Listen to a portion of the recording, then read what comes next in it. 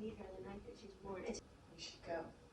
Shouldn't I? And we should take pictures and wear our hidden microphones.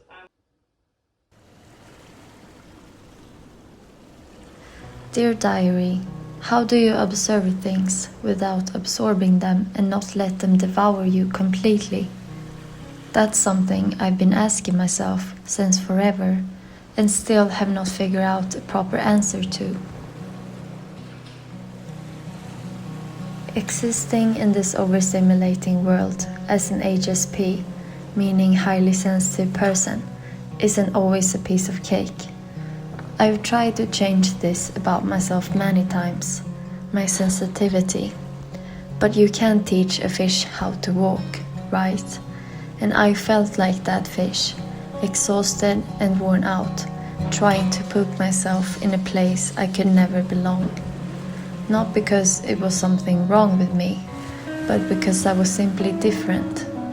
Different in my own way, and not in a bad way, as I previously believed.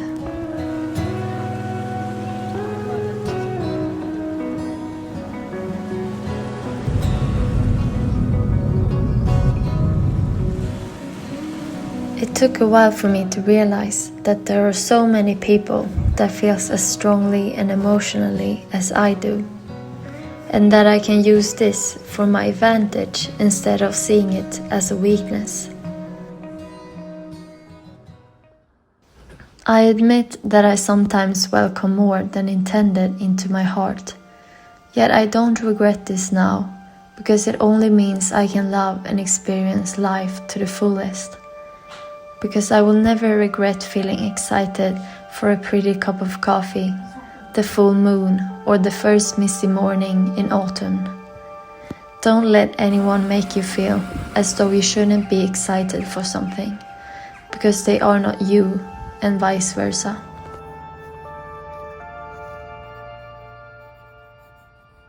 I easily forget all of these things and mainly focus on everything bad. All that feels too unbearable and overwhelming for my empathic heart. But I'm still learning to embrace both and accept that you need the stars as much as the darkness to live a balanced life.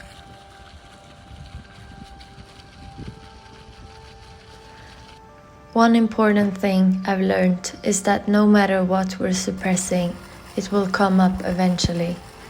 Instead, I find it necessary to let myself sink into the deep black water like a heavy stone and stay there for a moment or two.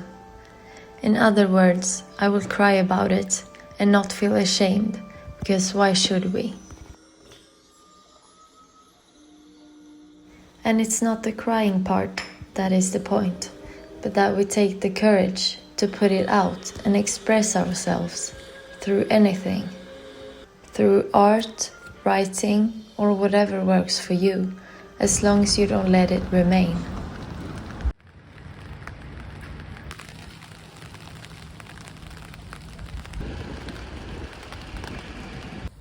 Perhaps it's not about trying to control our emotional ability, but accepting what we absorb with no intention of forcing it away. To learn not to be so critical and harsh when it comes to our thoughts and feelings. I've always tried to fix my sensitivity instead of cooperating with myself. But now I know that without it, I wouldn't be who I am today. I wouldn't have as wholesome interactions, lasting relationships, and be as strong of a person if I hadn't brought my heart with me.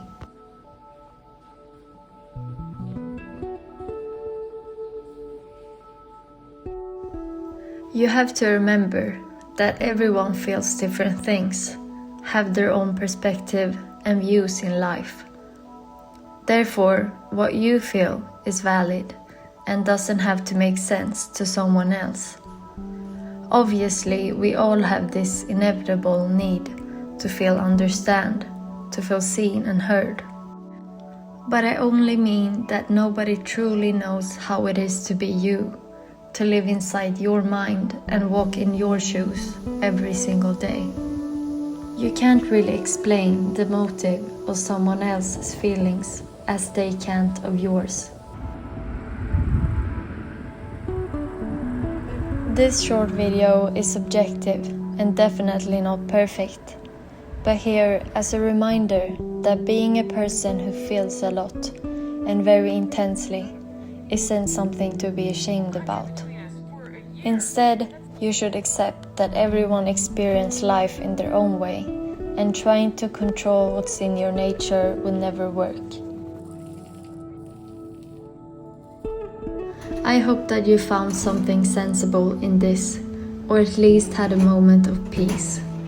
Thank you so much for watching. Take well care of yourself, and don't forget that you are more loved than you can ever imagine.